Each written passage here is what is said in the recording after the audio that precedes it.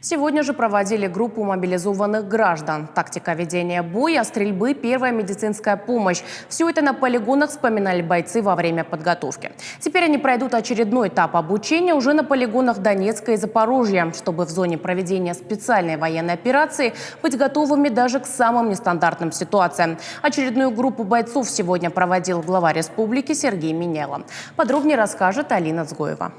Они стараются не упустить возможность лишний раз обняться и сделать фото на память, хотя понимают, что перед самой отправкой время еще дадут. В такой обстановке и строй держать сложно, особенно когда вручают домашние осетинские пироги, горячие, только из печки. Это тебе здоровья, от семьи, от дома. Почти 2 недели подготовки во Владикавказе позади. Теперь обучение резервисты будут проходить уже на полигоне под Донецком. Многие мобилизованные – это военные с опытом. И все как один говорят, боевой настрой значит многое. Подготовка вообще хорошая. Стреляли, испытали автоматы вообще хорошие.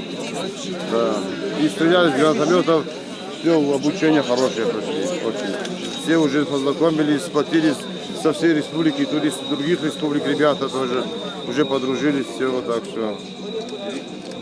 Все как братья уже, даже вот так вот. Призванных на службу бойцов приветствовал глава республики Сергей Минело. В своей речи пояснил, поближе со всеми пообщается уже там, на месте, оценит условия на передовой. То, что вы сможете выполнить поставленную задачу, у меня даже сомнений нет. С момента, как вы одели военную форму и сегодня отправляетесь на выполнение поставленных задач, связывает боевое братство.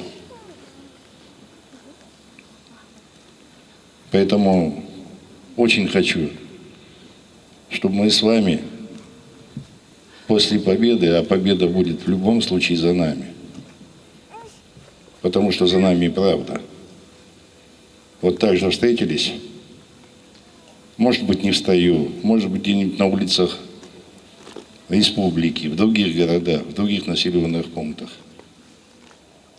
И поздоровались, обнялись и посмотрели друг другу в глаза. После официальной части напутственных слов и команды «Вольно» первыми к строю идут матери. Признаются, отпускать сыновей сложно, но когда Родина зовет, отступать нельзя. Желаю им больших успехов, чтобы в скором будущем, даже чтобы уехали и сказали, что ура, мы их победили и вернулись на родину.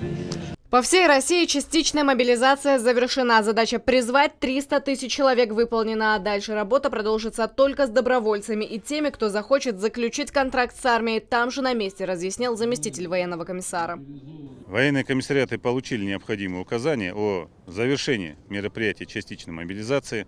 Оповещение, вручение, выписка повесток не осуществляется. В настоящий момент военные комиссариаты осуществляют уточнение документов, картотек. Работа по доукомплектованию подразделений будет осуществляться исключительно из числа добровольцев, обратившихся в военные комиссариаты, и кандидатов на военную службу по контракту. Те, кого призвали, первыми уже в зоне СВО выполняют боевые задачи. Недавно прибывшим объясняют и показывают, делятся своим опытом. Среди мобилизованных мужчин и разного возраста и званий, но задача у всех одна – защитить родину и своих родных. Алина Цгоева, Алан Суанов и Георгий Такоев. Новости Осетии.